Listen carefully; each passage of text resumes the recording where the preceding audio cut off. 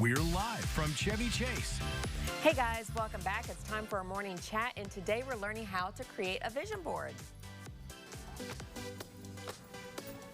Maria Maldonado Smith is the Chief Empowerment Officer, I love that by the way, of MMS Consulting. She's also the creator and of the Executive Vision Imagery Program, which is a mouthful, but I think I understand a little bit of what it is. But go ahead and explain what you're talking about here. Sure. Well, the program really was designed because I have a corporate background. It was actually designed to go into corporations and work with companies in creating out their vision, but not just from a corporate perspective, individually as the person.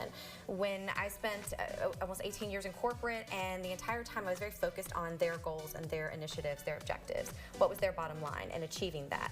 Sometimes we forget that we're the person though that's showing up every day. So what are my goals? What are my individual things that I'm working to achieve? And so I sought to represent that within the corporate space because I truly feel if we are showing up as our most authentic self and we know exactly why we're showing up to work every day, then we are actually a better employee. We're better for the company, and it's easier for us to then accomplish the goals that they want us to, because now we're focused on ourselves and them. Yes, and I'm a very goal-oriented person, and I've been goal-driven my whole life, but I feel like you get to a certain point in your life, in your 40s and your 50s, and you start slowing down, and you start thinking about other people, which is a good thing, but you're thinking about your grandchildren and retirement, and you quit dreaming. So you're here to say that doesn't stop, right, no matter what age? It never stops. We should never stop dreaming. I think about like, and maybe this is morbid, I don't know, I think about how I want to feel on my deathbed, and I want to literally say I've done everything that I possibly could do, because that's 85% of the regret of the death and dying. Absolutely. Is that, you know, I wish I would have done this, I wish I would have gone after this.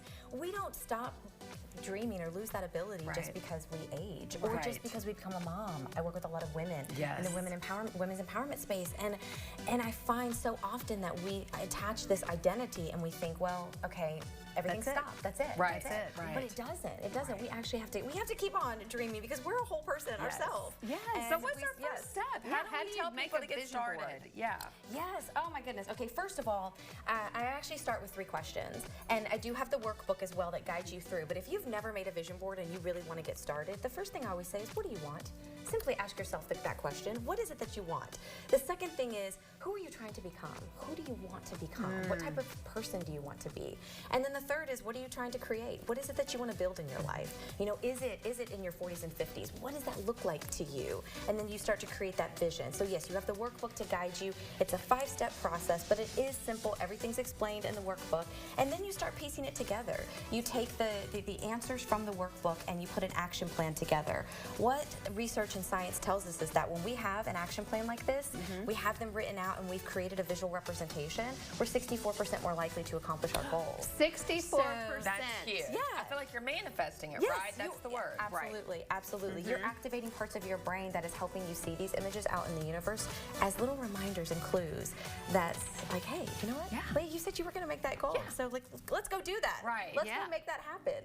And it's just those little reminders. And then you need to put your board somewhere where you can see it every single day. That's a key component of it. So often people will make vision boards. I'll ask them in a corporate setting or in a classroom setting, and they'll say, oh yeah, I did that once. But then it collected dust. It got put in a drawer. I put my laundry on top of it.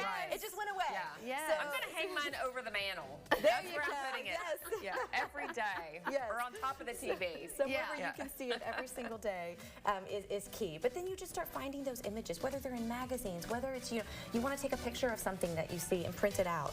I'm a fan of however you want to do it. There's no wrong way to make a vision board, and this is definitely not your average vision board, because we combine so much science behind the process of it. And it's not just it's for kids too. Like, I think this is great for kids to get them to start thinking about longer term, where they want to end up in life and that kind of thing as well. How often should we redo our vision boards?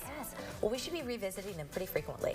And that's a great question in that, because I think in corporations too, and even in our own life, we make a board one time and we think, well, that was great. Like, I'm done. Cool. I set the vision. But the thing is that actually our minds are going to change. Our goals might change. Things that are important to us at one time or another, they're going to change. So I would say revisit it often. You mentioned families. We meet with our family. My kids do this. We do this every year, January 1st or 2nd.